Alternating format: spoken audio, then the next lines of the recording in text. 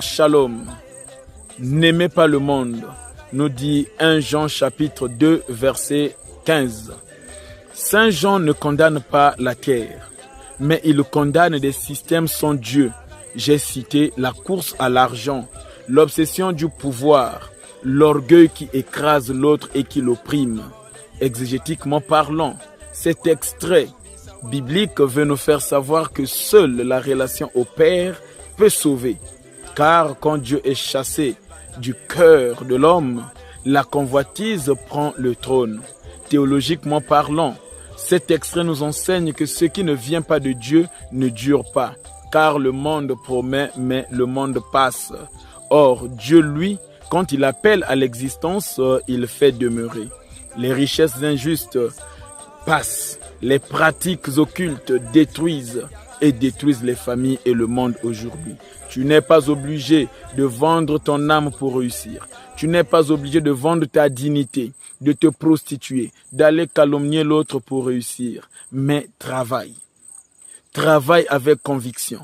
Travaille en concomitation avec Dieu, en collaboration avec Dieu, et fais de ce Dieu-là le centre de gravité de ta vie professionnelle, affective et relationnelle, et tu vivras debout, libre et en paix.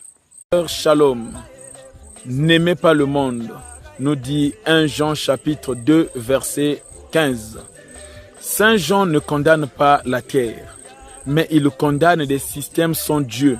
J'ai cité la course à l'argent, l'obsession du pouvoir, l'orgueil qui écrase l'autre et qui l'opprime.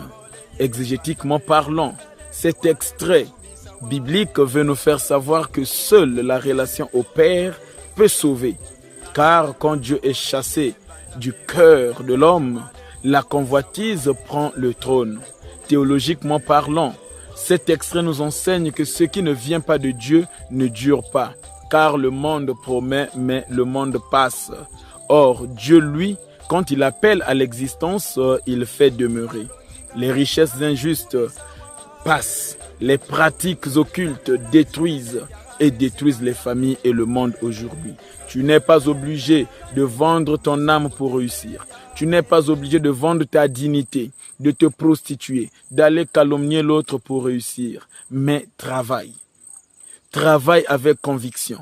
Travaille en concomitation avec Dieu, en collaboration avec Dieu, et fais de ce Dieu-là le centre de gravité de ta vie professionnelle, affective et relationnelle.